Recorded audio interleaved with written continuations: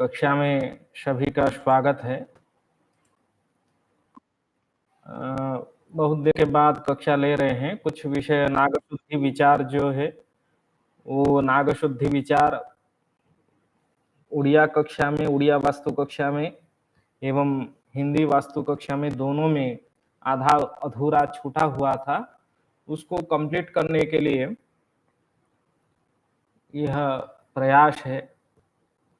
और पिछले कक्षा में जैसे हम लोग नागशुद्धि विचार समझे थे, उसमें विशेष करके सौरमास के अनुसार नागशुद्धि विचार वास्तु में क्या है, अथवा जो खनन प्रक्रिया, खात खनन प्रक्रिया, गर्त खनन प्रक्रिया, वो क्या है और कहाँ से प्रारंभ हम लोग करते हैं खात खोदने का वास्तु में, उस संदर्भ में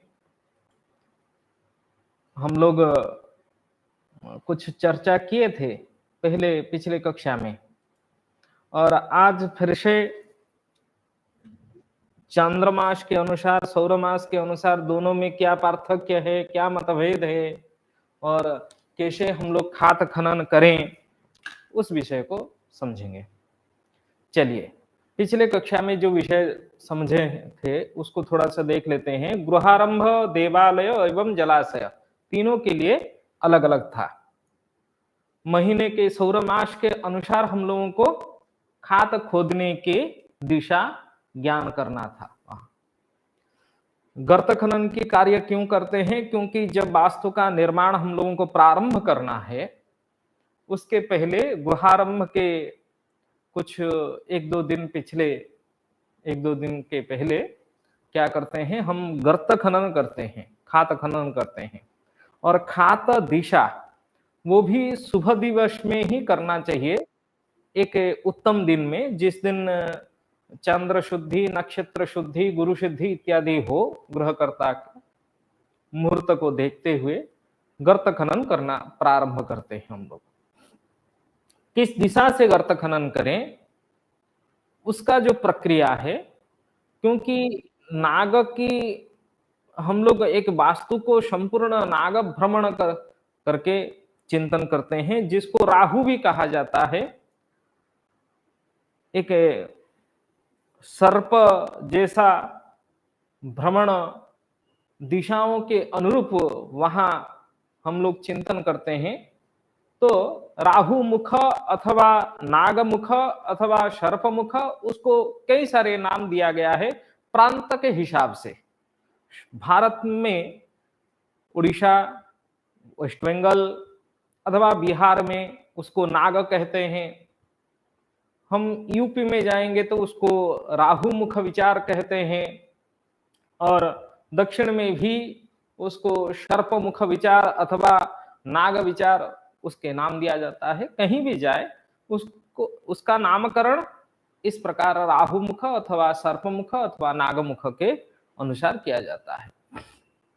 सर्प का मुख किस दिशा में है, उदर व अंग भाग किस दिशा में है, पृच्छ भाग किस दिशा में है सर्प का, एवं किस दिशा से हमको गर्त खनन करना चाहिए, यह हमेशा एक चिंतनीय विषय होता है वास्तु में। उसी संदर्भ में हम लोग पढ़े हैं, यदि हम लोगों को देवालय प्रारंभ करना है, देवालय, गृहारंभ एवं जलाशय, तीन विभाजन किया गया है।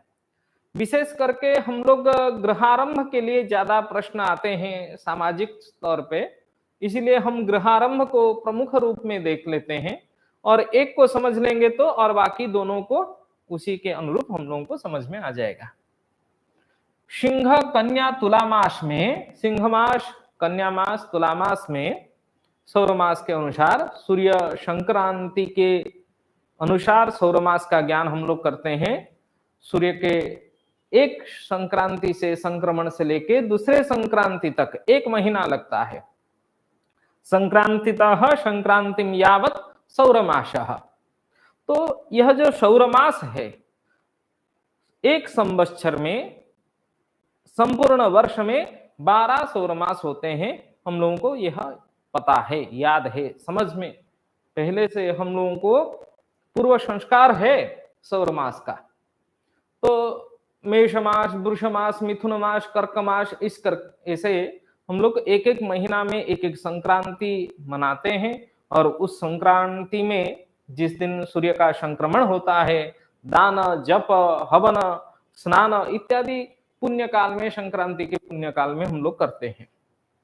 तो सिंह जब संक्रांति होगी, सिंह संक्रांति, कन्या संक्रमण एवं तुला संक्रमण 3 महीना तक सूर्य जब सिंह, कन्या, तुला मास में होगा, उस 3 महीना तक जो राहु का मुख है, शास्त्रीय मत के अनुसार राहु मुख ईशान कोण से प्रारंभ होगा। जैसे हम लोग एक वास्तु यदि वर्गाकार के रूप में वास्तु को विभाजन करेंगे और उसको दिशाओं के अनुरूप हम लोग विभाजन कर लें, तो जैसे कि हम लोगों को यह तो पता है, यह जो होगा ईशान दिशा होगा, ईशान्य दिशा व ईशान दिशा ये हो जाएगी। और आग्नेय कोण, इस दिशा को हम लोग मानेंगे, इस कोण को, क्योंकि पूर्व दक्षिण के बीच में आग्नेय कोण रहता है। और नैऋत्य दिशा है दक्षिण पश्चिम के बीच, और ये वायु कोण है। तो जब ईशान्य दिशा में सिंह, कन्या, तुला मास में सूर्य के राहु के मुख होगा, सूर्य का संक्रमण जब सिंह, कन्या, तुला मास में होगा, तब राहु का मुख किस दिशा में होगा ना, ईशान्य कोण से प्रारंभ किया जाएगा। तो अंग मध्य व अंग दिशा व संपूर्ण अंग भाग जो सर्प का व राहु का है, वो किस दिशा में होगा ना, वायव्य भाग में होगा। तो यहाँ मुख होगा, तो इस स्थान में क्या होगा, मुख होगा, तो वायु भाग में उसका क्या होगा, सर्प इस तरह गति करेगी, सर्प की गति क्या होगा ना, अंग भाग वायु दिशा में होगा। अंग, सर्प का अंग भाग क्या होगा, वायु दिशा में होगा। एवं पृच्छ कहां होगी ना, नैऋत्य दिशा में। पुच्छ कहां होगी ना, नैऋत्य दिशा में। तो रिक्त स्थान, शून्य स्थान कहां होगी ना, आग्नेय कोण में। ये एक मध्यम मार्ग बताते हैं। मुख, अंग, पृच्छ के अनुरूप हम लोगों को किस दिशा में क्या करना है, खात खोदना चाहिए। जो शून्य स्थान है, रिक्त स्थान है, जहां सर्प का कोई अंग भाग नहीं है, मुख से लेके पृच्छ तक कोई भी अंग सर्प का जिस दिशा में नहीं है, उस दिशा से ही हम लोगों को गर्त खनन, खात खनन प्रारंभ करना चाहिए। ये शास्त्रीय मत है सौरमास के अनुसार। इसको ध्यान पूर्वक समझें। उसके बाद चांद्रमास में जाएंगे तो सामान्य कंफ्यूज होना पड़ेगा हम लोगों को। ये क्या किया जा रहा है, वाम भाग के आकृति में ईशान्य दिशा से लेके नैऋत्य कोण तक हमारे सर्प की भ्रमण का गति हम लोगों को अभी समझ में आ रहा है। कहां तक ना, सिंह, कन्या, तुला तक। जब वृश्चिक, धनु, मकर में होगा तभी मुख वायु कोण में आ जाएगा, अंग नैऋत्य कोण में, पृच्छ आग्नेय कोण में, ईशान्य दिशा क्या होगा, रिक्त होगा। समझ में आ रहा होगा।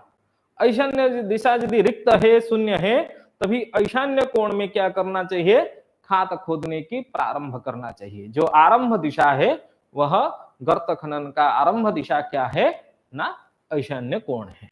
वहीं से हम लोग गर्त खनन करते हैं।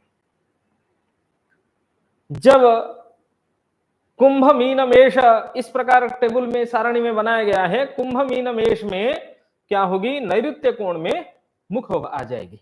जब नैऋत्य कोण में मुख होगा तभी उसका अंग भाग क्या होगा, आग्नेय कोण में अंग आ जाएगी, और पुच्छ क्या होगा, ईशान्य कोण में, और रिक्त स्थान वायु दिशा में होगी। शून्य दिशा जो होगा वो वायु होगा। उस समय वायव्य दिशा में हम लोगों को खात खोदने की निर्देश करना चाहिए। उसी अनुसार, उसी प्रकार देखिए सर्प की गति धीरे धीरे धीरे धीरे मास के, महीने के अनुसार क्या हो रही है, गति कर रहा है सौर मास में।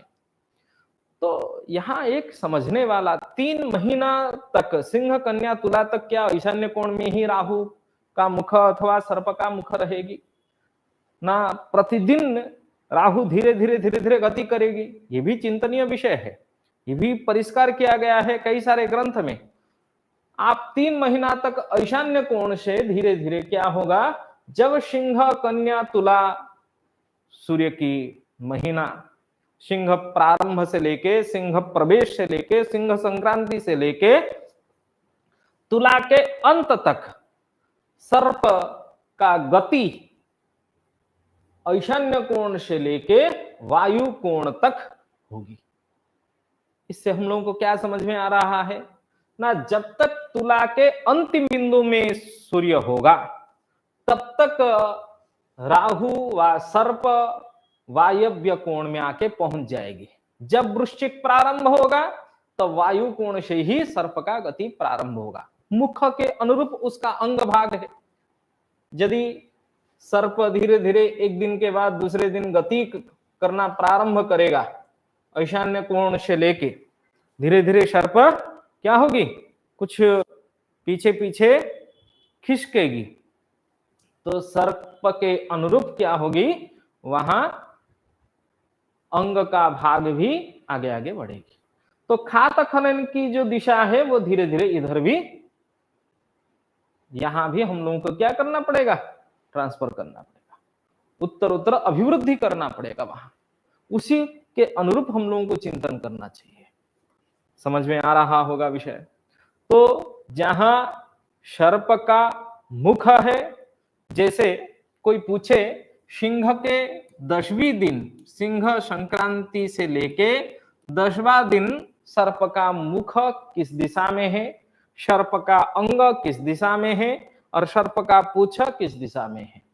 यदि यह बाहु 30 फीट का हो, एक मध्यम मान से मैं ले रहा हूं, यदि यह बाहु क्या है, 30 फीट का है, तो संपूर्ण 3 महीना मतलब कितना है, सिंह कन्या तुला 3 महीना मतलब 90 दिन।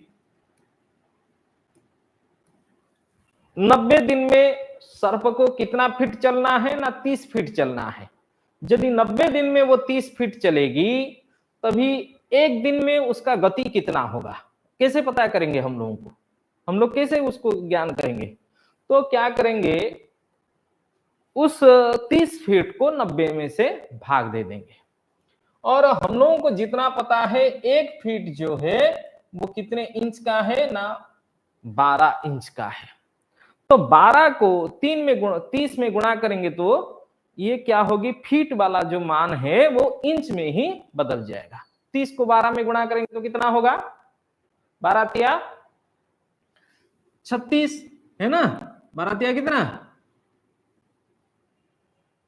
12 तिया 36।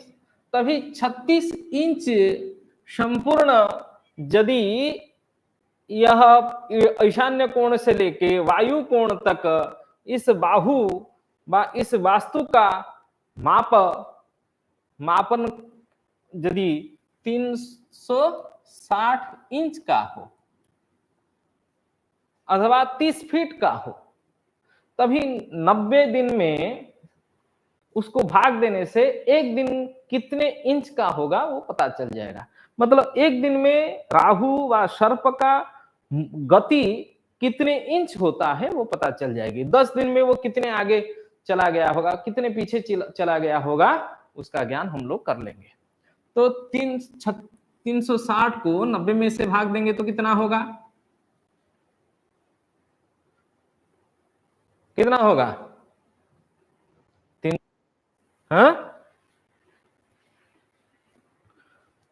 360 को 90 में से भाग देंगे तो कितना होगा, समझ रहे हैं या नहीं?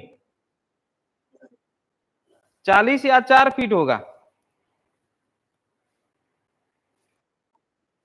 4 इंच होगा। तो 4 इंच होने से एक दिन में राहु का गति कितने इंच का रहेगी ना, 4 इंच का रहेगी। एक दिन में राहु यदि 4 इंच गति करेगी तो सिंह के 10वीं दिन में सिंह के 10वें दिन में उसको क्या करना है, गर्त खनन प्रारंभ करना है। वो पूछ रहा है मैं सिंह के 10वें दिन में मुहूर्त है, उस दिन शुभ दिन है, मुझे कार्य प्रारंभ करना है, गृहारंभ करना है, मैं क्या करूं।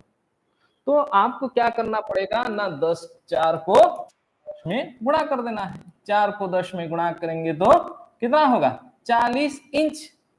तो इस ईशान्य कोण से 40 इंच क्या करेंगे, इधर खिसकाएंगे राहु का मुख। जब 40 इंच खिसक जाएगी, 40 इंच मतलब 3 फीट जो है वो 12 या 36 होता है ना, 36 इंच होता है। तो 3 फीट 4 इंच होगा 40 इंच का मान।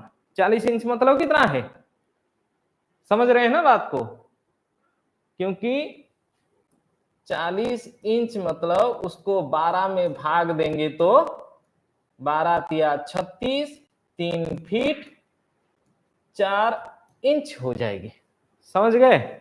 तो 3 फीट 4 इंच कहां से, ईशान्य कोण के जो प्रारंभ बाहु से आपको क्या करना पड़ेगा, इधर राहु का मुख खिसकाना पड़ेगा। मतलब गति गमन जो है वो राहु 3 फीट 4 इंच हो गया है, ईशान्य कोण से पीछे हो गया है।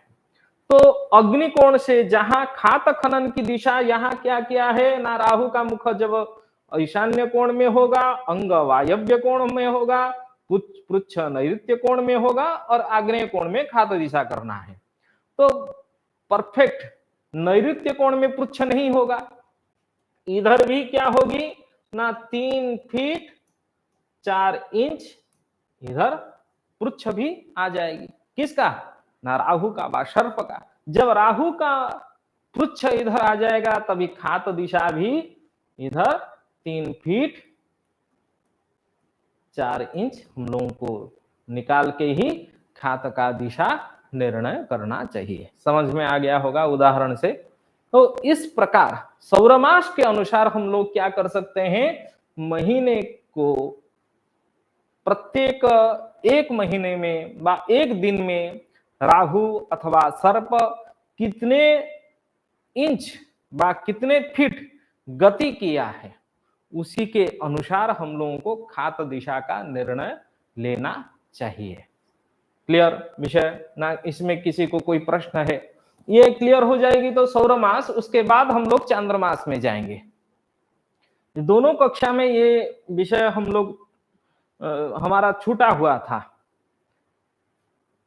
इसीलिए फिर से रिवीजन के लिए मैं एक कक्षा डाला हूं। 1-2 दिन में पूरा क्लियर हो जाएगी विषय, 2-4 उदाहरण समझ लेंगे तो पूरा संपूर्ण क्लियर हो जाएगा।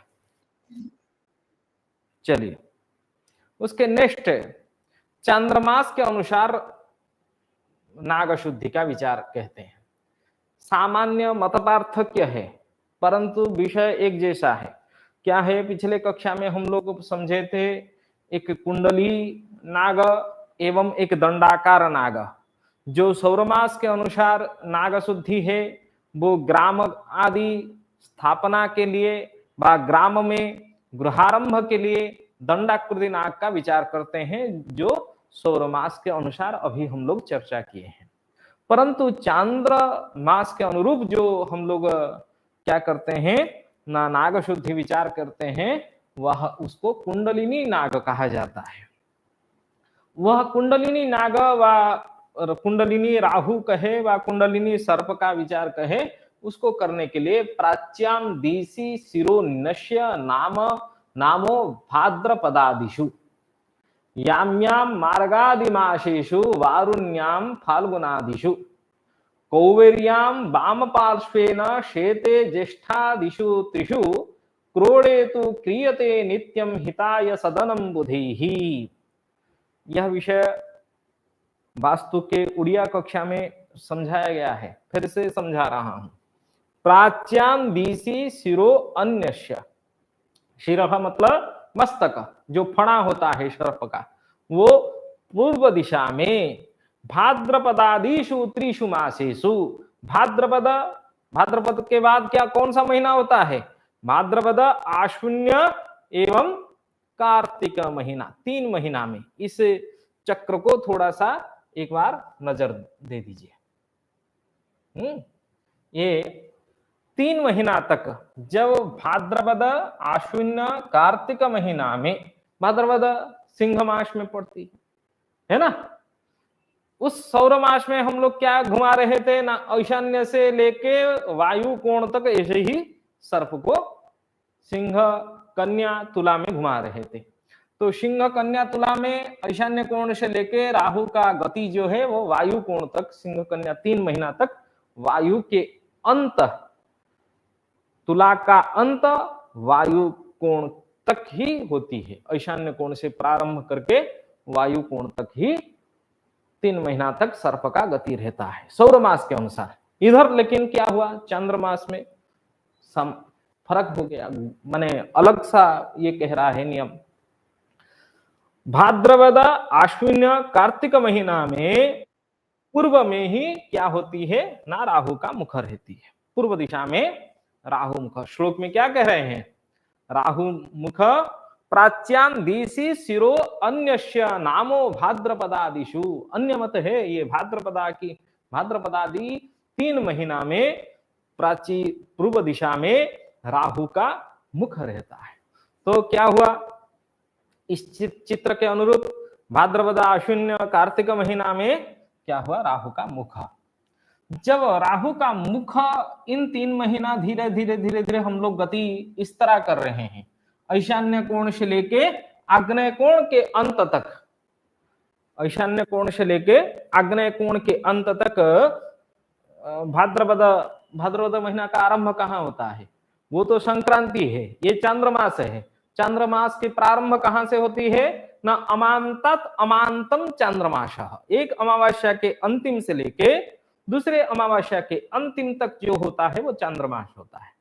तो शुक्ल पक्ष प्रतिपदा जैसे प्रारंभ होगा, किस महीना के, भाद्रपद महीना के शुक्ल पक्ष प्रतिपदा जैसे प्रारंभ होगा, वैसे ही क्या प्रारंभ हो जाएगी, आपका भाद्रपद महीना प्रारंभ हो जाएगी। तो कहीं कहीं पूर्णिमांत महीना भी मानते हैं, कहीं कहीं आपका अमांत, दक्षिण भारत में अमावस्या के अंत वाले महीना मानते हैं और उत्तर भारत में पूर्णिमांत महीना मानते हैं। पूर्णिमांत भी मान सकते हैं। कृष्ण पक्ष प्रतिपदा से, भाद्रव मास के कृष्ण पक्ष प्रतिपदा से भाद्रव महीना प्रारंभ और भाद्रव महीना के अंत जो होगा पूर्णिमा के अंत में हो जाएगी। तो वहां पूर्णिमांतात पूर्णिमांतम चंद्रमासः, अमांतात अमांतम चंद्रमासः, 2 प्रकार के मतभेद है। एक दक्षिण भारत में अमावस्या के अंतिम को लेके चंद्रमास को मानते हैं और उत्तर भारत में हम लोग प्राय उड़ीसा में भी और वेस्ट बंगाल में, बिहार में, यूपी में, दिल्ली में, हरियाणा, ये सब उत्तर भारत के हर प्रांत में हम लोग पूर्णिमांत महीना को मानते हैं। तो पूर्णिमांत के अनुसार समझ लेते हैं। कृष्ण पक्ष के प्रतिपदा से प्रारंभ हुआ भाद्रपद महीना, कार्तिक पूर्णिमा के अंत तक राहु का गति जो है वो पूर्व दिशा में ही होगी। मतलब ईशान्य कोण से लेके आग्नेय कोण के अंत तक संपूर्ण 3 महीना में राहु का मुख होगा। जब राहु मुख इस भाग में है, राहु का अंग व राहु का उदर किस दिशा में हो गया ना, राहु का गति इस तरह होगी। श्रावण आषाढ़ जहां लिखा हुआ है उत्तर दिशा में, ये संपूर्ण राहु का अंग भाग होगा। और पृच्छ कहां होगी ना, इस भाग में, कहां ना, पश्चिम भाग में पृच्छ होगी। इस तरह एक नोट, एक 3 महीना का मैं बना दिया हूं और आगे बाकी आपको बनाना है। भाद्रव, आश्विन तथा कार्तिक, इस 3 महीने में नाग के मस्तक पूर्व में होगा, देह व शरीर उत्तर में होगा, पृच्छ पश्चिम में होगा, दक्षिण दिशा शून्य होगी। ये जो दक्षिण भाग है, ये दक्षिण भाग में राहु का व सर्प का व नाग का कोई भी अंग नहीं होगा, ना पृच्छ होगा, ना मुख होगा, ना उदर होगा, ना अंग होगा, कोई भी भाग नहीं होगा। तो इसका प्रारंभ भाद्रपद प्रतिपदा तिथि से लेके कार्तिक पूर्णिमा तक ईशान्य कोण से आरंभ करके क्रमशः अग्निकोण तक नाग का गति होगा। मतलब नागा धीरे धीरे गति कहाँ कर रही है, आगे आगे आगे आगे चल रही है। चंद्र महीना में हम लोग धीरे धीरे इधर गति करवा रहे हैं। नाग का मुख इधर गति कर रहा है और नाग का उधर भाग जैसे वाम भाग से शयन कर रहा था वैसे ही है, लेकिन उसका गति हम लोग आगे कहां कहां ले रहे हैं ना, दक्षिण की ओर नाग की गति कर रहे हैं। उसमें क्या था ना, मुख धीरे धीरे धीरे धीरे पीछे पीछे खिसक रही थी, संपूर्ण अंग भाग वाम भाग से शयन हो रहा था, परंतु उसका मुख धीरे धीरे पीछे पीछे जा रहा था। ये सौर मास के अनुसार है। चंद्रमास में नाग की गति जब तुला के अंत व कार्तिक महीना के अंत हो जाएगी, मार्गशीर्ष महीना प्रारंभ होगा, आग्नेय कोण से लेके मार्गशीर्ष पौष माघ 3 महीना तक, आग्नेय कोण से लेके नैऋत्य कोण तक राहु का व सर्प का क्या होगा, संपूर्ण मुख भाग होगा इस 3 महीना। तो मुख होगा तो अंग पूर्व दिशा में होगा, पृच्छ उत्तर दिशा में होगा। पृच्छ कहाँ होगा, उत्तर दिशा में, और यह जो शून्य स्थान होगा, रिक्त स्थान होगा, वो पश्चिम दिशा में ही हम लोगों को प्राप्त होगा। लेकिन एक प्रश्न है, यहाँ चंद्रमास में जब आप गर्त खनन करेंगे, खात खनन करेंगे, वो सौर मास के अनुसार तो भिन्न हो गया और चांद्रमास के अनुसार तो भिन्न हो गया, तो भी कैसे मेल खाएगा? लोग तो कंफ्यूज होंगे, प्रश्न तो बड़ा विसंगति होगी।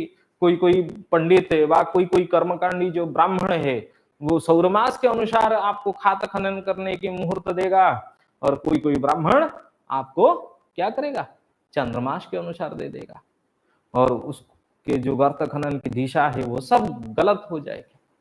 लेकिन इसमें ये दिशा गलत नहीं होगी।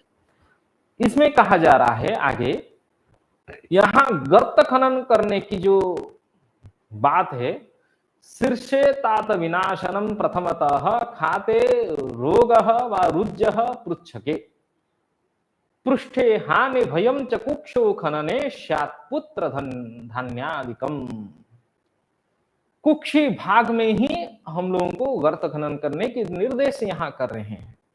चंद्रमास के अनुसार शीर्ष में, शीर्ष भाग में यदि खात खनन किए, गर्त खनन किए, तभी पिता का विनाश होगा उस भूमि में निवास करने से। और यदि पृच्छ भाग में हम गर्त का खनन प्रारंभ करें, तभी रोगाक्रांत होंगे। वहां गृह में निवास करने वाले जितने सदस्य हैं वो सब रोगाक्रांत होंगे।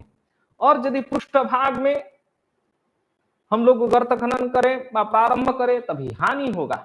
लेकिन कुक्षी भाग में राहु का व सर्प का जो कुक्षी भाग है, उस भाग में जब गर्त खनन करे, तभी पुत्र धनादि वृद्धि होती है, अभिवृद्धि होती है। इस कारण से यहाँ एक पूरा श्लोक के अनुसार बताया गया है, संपूर्ण भाग को, नाग के भाग को 8 भाग में बांट दिया गया है। नाग के संपूर्ण जो हम लोग नाग को शयन करवा रहे थे, मतलब भूमि में संपूर्ण 3 भाग को आक्रांत करके राहु का विचार यहाँ किया जाता है चंद्रमास में। 3 भाग को आक्रांत करेंगे, मतलब यदि ये इसको मिटा देता हूं,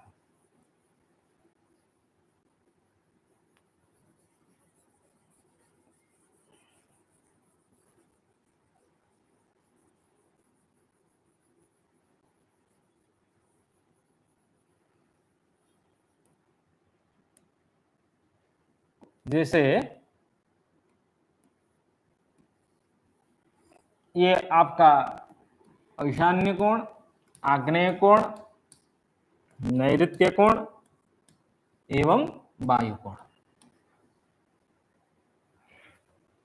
यदि सर्प का यहां चांद्रमास के अनुरूप हम लोग चिंतन करें, सर्प का गति जो है वह कहां होगी ना, जैसे हम लोग अभी चिंतन कर रहे थे, सिंह, कन्या, तुला, इस प्रकार गति रहती है।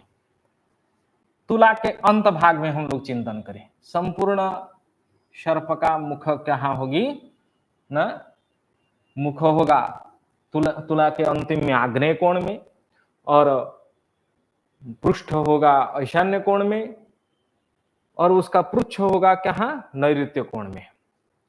तो ये यहाँ कहा जाता है संपूर्ण सर्प जो है वो 3 भाग आक्रांत करता है और एक भाग जो है वो शून्य रहता है। एक भाग शून्य रहता है मतलब जहां पूर्व के अंतिम भाग में आग्नेय कोण में मुख होगा, तो नैऋत्य कोण के प्रारंभ भाग में यहाँ क्या होगी, सर्प का पुच्छ होगी।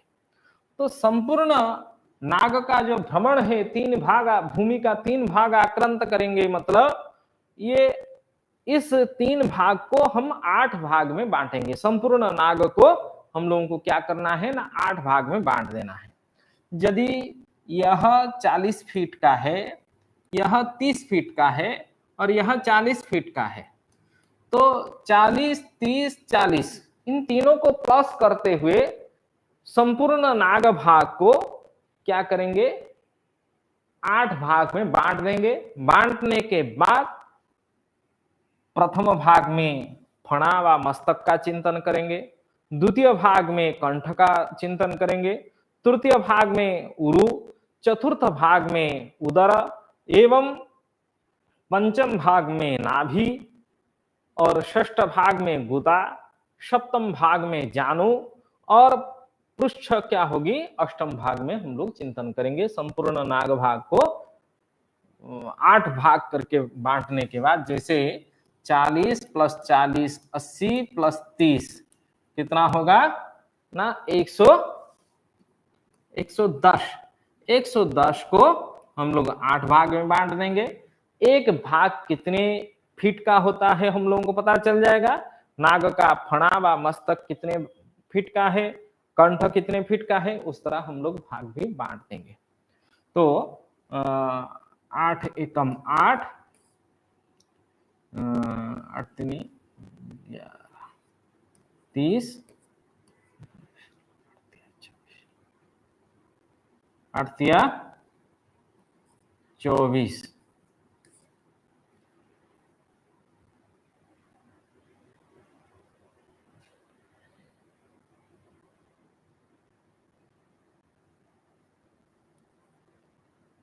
होगा तो 6, तो 10 फीट 8 भाग में बांटेंगे तो कितना होगा ना, 10 फीट 6 इंच के आसपास आएगी। उस तरह एक एक भाग के अनुरूप हम लोग बांटेंगे। इसमें कहा जाता है जो उदर स्थान है और जो नाभि स्थान है, जो कुक्षी हम लोग जिसको कहते हैं, उदर अथवा नाभि, जो चतुर्थ भाग एवं पंचम भाग है, चतुर्थ एवं पंचम भाग में क्या करना चाहिए, हम लोगों को खातक खोदना चाहिए। आगे ये विषय यहाँ परिष्कार करेंगे नेक्स्ट क्लास में। जो चतुर्थ पंचम भाग में उदर अथवा नाभि में अथवा कुक्षी भाग में हम लोगों को क्या करना चाहिए ना, खात खोदना चाहिए। खात का दिशा है, इसमें जैसा मत है, यदि आग्नेय कोण में मुख होगा तभी हम लोगों को गर्त खनन करने की जो दिशा प्राप्त होगा वह ईशान्य कोण के इधर ही प्राप्त होगा। ये सौरमास में भी वही होगा, उसी तरह की मत होगी। और चंद्रमास में भी दोनों को, जब आप दोनों को विचार करेंगे, सौरमास में जहां आपको प्राप्त होगा गर्त खनन करने की दिशा, चंद्रमास में भी उसी के आसपास ही प्राप्त होगा गर्त खनन की दिशा। बहुत ज्यादा कुछ अंतर आपको नहीं प्राप्त होगा। इसका कहने की अर्थ है, आगे कल की कक्षा में और 2-4 उदाहरण जब समझ लेंगे पूरा परिष्कार होगा विषय। इसमें यदि किसी को कोई संदेह हो कहीं संशय हो, प्रश्न पूछे, नहीं तो कल की कक्षा के लिए इतना जो टेबल्स दिखाया गया है स्क्रीन में, उसको नोट्स बनाए और उसको याद करें। ये श्लोक भी ग्रंथ से संग्रह किया गया है, उसको भी नोट्स बना के याद करें, क्योंकि नाग शुद्धि व राहु मुख शुद्धि विचार सबसे इंपॉर्टेंट होता है, इसीलिए मैं कह रहा हूं। और कल की कक्षा भी वही 8:30 बजे होगी, 8:30 से 9:10 में के अंदर यह कक्षा होगी। इसी नाग शुद्धि विचार को कंप्लीट करेंगे। जब जब समय प्राप्त होगा तब तो 1-2 कक्षा में वास्तु का ले लूंगा। उसमें यदि आप लोगों के कोई प्रश्न हो ग्रुप में अथवा चैट में अथवा व्हाट्सएप में मुझे पर्सनल मैसेज कर लीजिए, जिसके अनुरूप मैं वही वास्तु का डाउट क्लियर करने के लिए भी कक्षा कर लूँ। ठीक है? कक्षा को हाँ,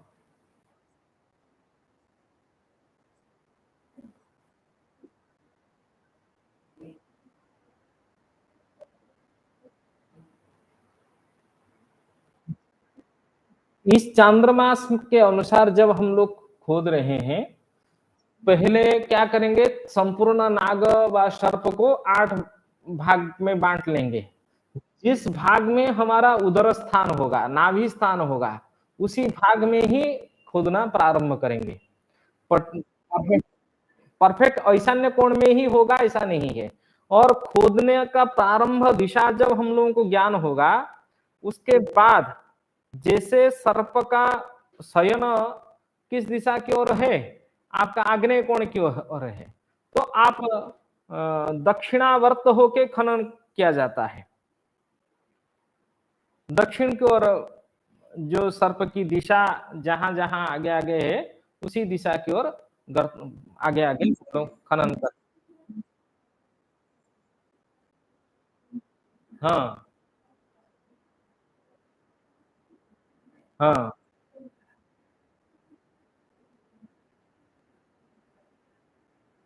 हाँ, हाँ।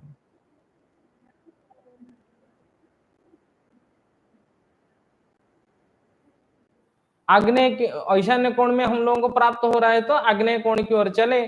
सर्प का जो दक्षिण भाग में हम लोग चले पहले।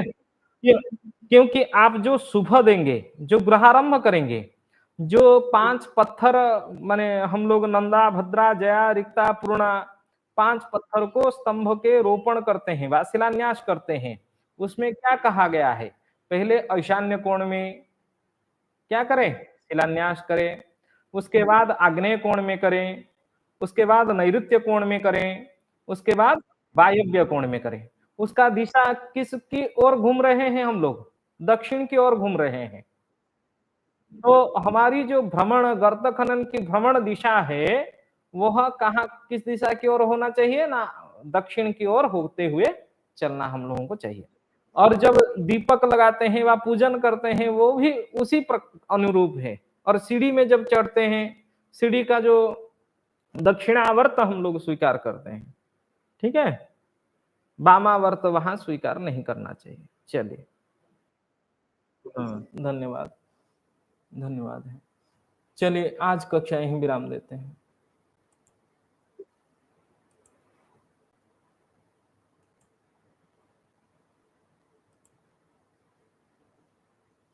कोई क्वेश्चन होगा तो पूछ लेंगे तो ठीक है।